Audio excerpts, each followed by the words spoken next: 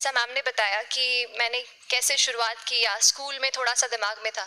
तो हाँ, स्कूल में थोड़ा सा कहीं सोचा था, कहीं शायद पढ़ लिया होगा, कहीं सुन लिया होगा कि नहीं आईएएस ऑफिसर नाम की कोई चीज़ होती है। लेकिन तब ये भी नहीं पता था कि यार यूपीएससी नाम की कोई एग्ज़ाम है, सिविल सर्विस एग्ज़ाम है, उससे और भी पोस्ट में आप सिलेक्ट हो सकते हैं, ऐसा कुछ नॉलेज नहीं था। जब मैं अपने कॉलेज लेवल में आई, जब कॉलेज में एडमिशन लिया, मैंने भोपाल से ही प्राइवेट इंजीनियरिंग कॉलेज से केमिकल इंजीनियरिंग किया है। और उस दौरान मुझे जब मैंने सोचना शुरुआत की कि क्या बनना है, कंटेम्पलेट किया कि एग्जैक्टली क्या करियर चाहती हूँ, तो लगा कि यार कहीं जो पुरानी ड्रीम थी, एक जो सपना था, वो अभी उसको सामने लाना चाहिए। फिर इस बारे में और पढ़ा, और तब खान स्टडी ग्रुप भोपाल में सेंटर वहाँ पे जैसे शुरू हो गया था। तो मेरा जो फाउंडेशन कोर्स है मैंने वहाँ से किया। और इस एग्ज़ाम के बारे में जो चीज़ें मुझे 1-2 साल में समझ में आई हैं, वो कुछ चीज़ें मैं आपसे शेयर करना चाहती हूँ। सबसे पहली चीज़ जो पहले जय और रचना हम दोनों बोल चुके हैं कि कंसिस्टेंसी। आप अगर दिन में कई बार हमसे सवाल पूछते हैं कि आप कितने घंटे पढ़ाई करते हैं, तो देखिए घंटे मैटर नहीं करते। कोई 17-18 घंटे हमें नहीं पढ़ना है, उतना हम पढ़ भी नहीं सकते। एक दिन पढ़ सकते हैं, दूसरे दिन नहीं पढ़ पाएंगे। 5 से 6 घंटे ही आपको देने हैं या उतने निकालने हैं, पर वो जो वक्त आप अपनी पढ़ाई को देते हो, वो कंसिस्टेंटली आपको रोज उतना ही अपने पढ़ाई को देना है। Consistency is the key, that is the first and the most important thing जो आपको ध्यान में रखनी है। दूसरी चीज इस एग्जाम में मुझे लगता है इक्वली इम्पॉर्टेंट है, क्योंकि ये जर्नी लंबी होती है। जैसे एग्जाम ही 1 साल तक चलती है, आप प्रीलिम्स देते हैं, फिर आप मेंस देते हैं, आप इंटरव्यू में जाते हैं पर्सनालिटी टेस्ट के लिए।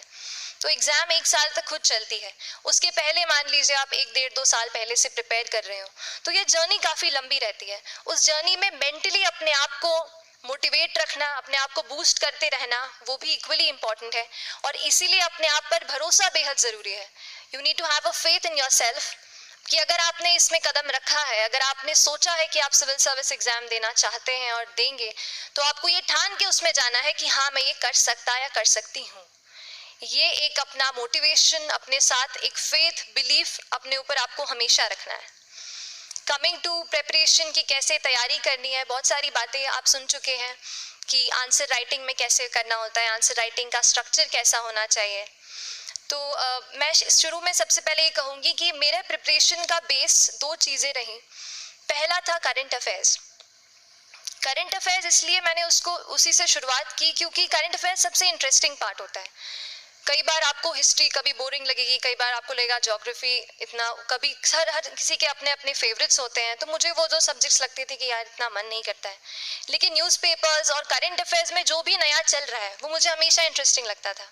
इंटरनेशनल रिलेशंस में क्या हो रहा है, क्या सोशल रियलिटीज़ हैं, कहाँ क्या हुआ, उसका क्या इम्पैक्ट पड़ेगा एडमिनिस्ट्रेशन पे और हमारी कंट्री पे, तो उसको आप अपना एक बेस बना सकते हो। आप करंट अफेयर्स बेस्ड प्रिपरेशन कर सकते हैं, इसलिए भी क्योंकि अगर आप मेंस एग्जाम देखेंगे तो काफ़ी डायनामिज्म आ गया है, केवल प्रीलिम्स में नहीं बल्कि जनरल स्टडीज़ पेपर 2, पेपर 3 में भी आप देखेंगे कई सारे ऐसे सवाल हैं जो करंट इवेंट से इंस्पायर्ड होते हैं, उन पे बेस्ड रहते हैं। तो जब आप न्यूज़पेपर बेस्ड, करंट बेस्ड पढ़ाई करते हैं तो वो आपका प्रिपरेशन वहाँ से भी कवर हो सकता है। दूसरी जो चीज़ मैंने जिस पे बहुत फोकस किया वो थी आंसर राइटिंग।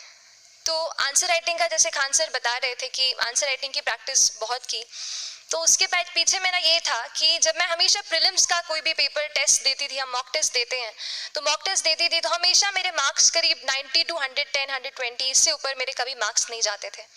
तो मुझे हमेशा ये डर था कि यार प्रीलिम्स में कहीं मेरा कुछ, क्योंकि कट ऑफ भी इसी कुछ रेंज में जाता है, तो हमेशा लगता था कि यार कुछ गड़बड़ यहाँ ना हो जाए।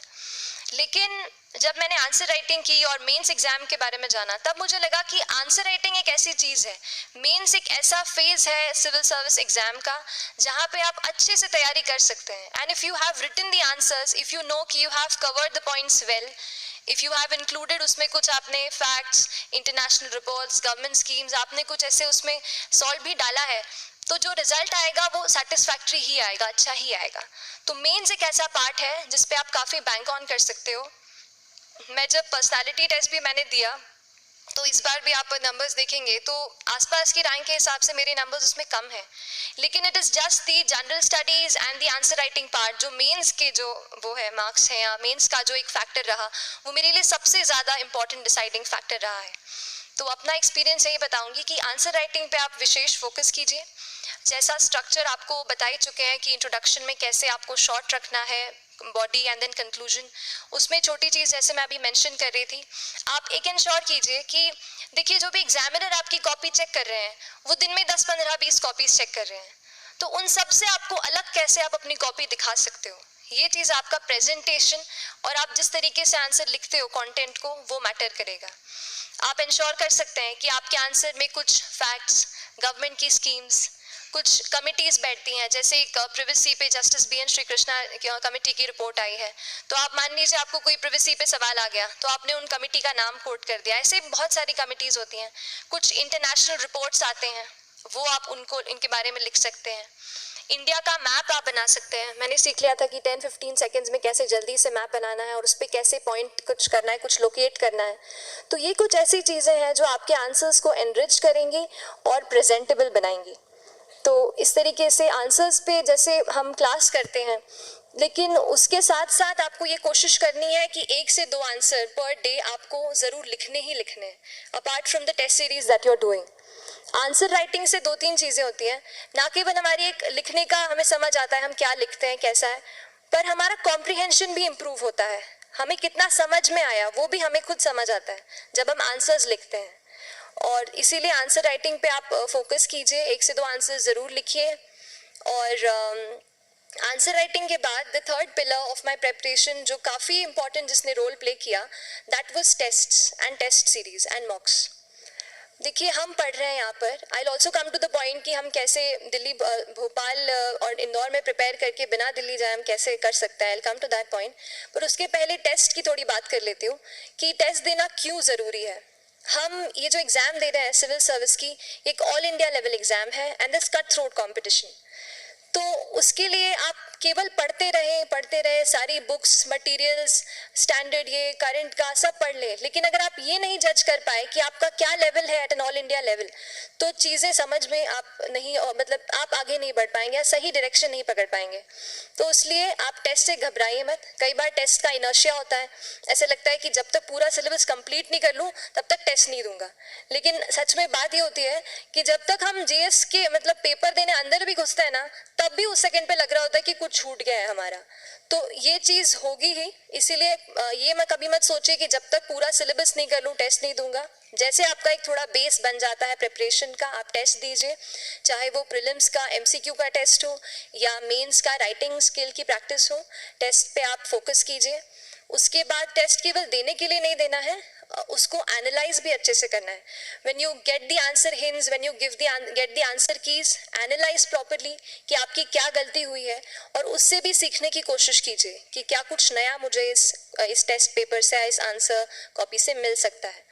तो इस तरह से टेस्ट पे भी आप फोकस कीजिए। And I will come lastly to the point कि जब मैंने प्रिपरेशन शुरू की थी अपने कॉलेज के 2nd ईयर 3rd ईयर आते आते, तो मन में बहुत सारे फियर्स थे। मैं भी एक नॉर्मल फैमिली से हूँ, मेरे फैमिली में किसी ने आज तक सिविल सर्विस का पेपर भी नहीं लिखा था, तो मन में बहुत सारे फियर्स थे, डाउट्स थे, क्या होगा, कैसे होगा। तो हो सकता है आपके मन में भी ऐसा हो। और हम जैसे यहाँ रहते हैं, हम सोचते हैं कि दिल्ली जाना तो सबसे ज़रूरी है, उसके बिना तो ये एग्ज़ाम हो ही नहीं सकती। तो उस पर मैं एक चीज़ बताना चाहूँगी कि जैसे KSG जैसे इंस्टीट्यूट है, जो फैकल्टी भी हमें वही मिलती है जो दिल्ली में पढ़ा रहे हैं, तो ये एक बहुत पॉजिटिव पॉइंट है कि क्वालिटी का कोई दिक्कत नहीं आएगी। बस एक चीज़ है, आप ज्वाइन करते हैं class, that will only provide you a direction.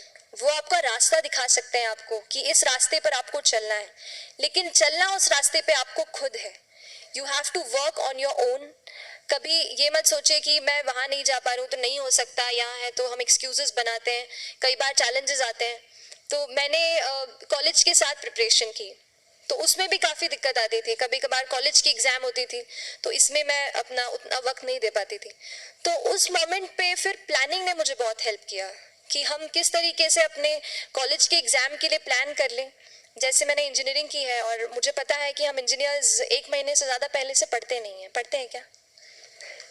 तो वो चीज़ आप ध्यान रख सकते हो, उसको अपना स्ट्रॉन्ग पॉइंट बना सकते हो।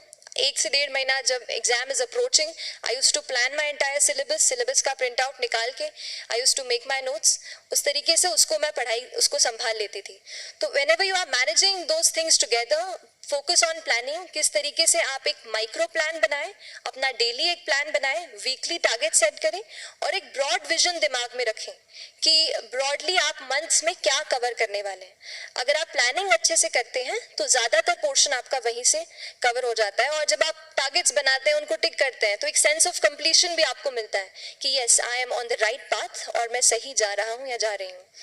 तो इस तरीके से प्लानिंग पे भी इक्वली फोकस कीजिए. एंड बस यही सिंगल बिगेस्ट मैसेज मेरी तरफ से यही रहेगा कि आपने अगर ठान लिया है, अगर आप सोचते हैं कि आप एग्जाम क्रैक कर सकते हैं, तो आपको रोकने वाला और कोई नहीं, आप खुद ही हो सकते हैं. तो खुद आप अपनी रुकावट कभी मत बनिए, एक्सक्यूजेस मत बनाइए. ऑब्स्टिकल ज़रूर आएंगे, उन्हें आपको चैलेंज करना है. Challenges are meant to be challenged. तो सही तरीके से अपने ऑब्स्टिकल्स को हैंडल कीजिए. और इस एग्ज़ाम में अगर आप सही स्ट्रैटेजी रखते हैं तो आप अपने एक अटेम्प्ट में ही इसको क्रैक कर सकते हैं. एंड एनीवेज आप जो भी अटेम्प्ट नेक्स्ट रखते हैं, दिल में यही रखिएगा कि जो ये मेरा नेक्स्ट अटेम्प्ट होने वाला है, ये मेरा बेस्ट अटेम्प्ट होने वाला है. कभी भी इस एग्ज़ाम को हाफ हार्टेडली मत दीजिए कि चलो देख के देखता हूँ कैसा है पैटर्न का एग्ज़ाम का. अगर एग्ज़ाम का पैटर्न देखना है ना, तो घर पे 3 घंटा टाइम लगा के एग्ज़ाम दे दो. पर केवल पैटर्न देखने के लिए एग्जाम अटेम्प्ट मत कीजिए. जब आप एग्जामिनेशन हॉल में जा रहे हैं या कोई अटेम्प्ट आपने सेट किया है, तो अपना सब कुछ उस एग्जाम को दीजिए. अपना टाइम, एनर्जी, फोकस, जितना भी करेक्ट आप उसमें पॉजिटिविटी डाल सकते हैं उसको दीजिए. एंड पूरी तैयारी के साथ ही इस पेपर को दीजिए. And I am sure that you will succeed. So till then, all the very best to you and good luck. Thank you so much.